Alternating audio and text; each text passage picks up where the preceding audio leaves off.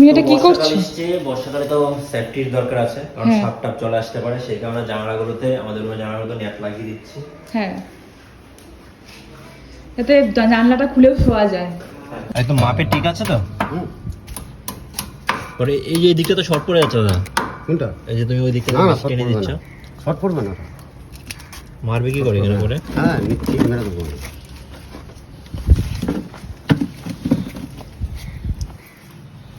আমাকে একদম পুরো সেটিং মারতে হবে, কিছু শর্ট পড়বে না, কিন্তু নিচে সামথিং একটু টানাটা মারতে হবে।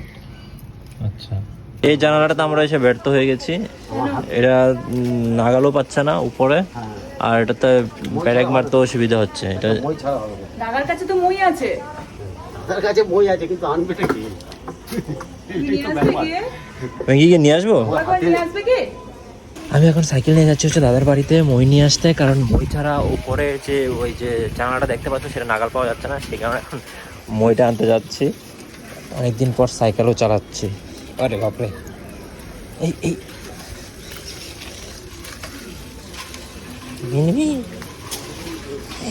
নিয়ে চলে এসেছি মই। আজকে ওনাকে ছাড়া যাবে না, কারণ পাওয়া যায় না কাজ করানোর জন্য, লোক পাওয়া যাচ্ছে না।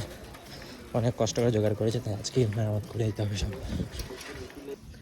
আর আজকে যত গরম পড়েছে বাপরে, আজকে কাজ হচ্ছে, আজকে গরম পড়েছে, পুরো গাটা জ্বলছে আমার।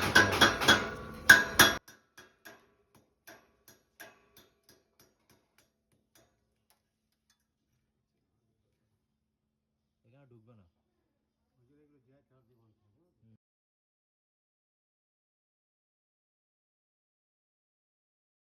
যারা যারা গ্রাউন্ড ফ্লোরে থাকো তাদেরকে সবাইকে বলবো এই বর্ষাকালে সেফটির জন্য এটা লাগিয়ে নেওয়া উচিত, কারণ যেন সাপ টাপ কোনোভাবে ঢুকতে না পারে।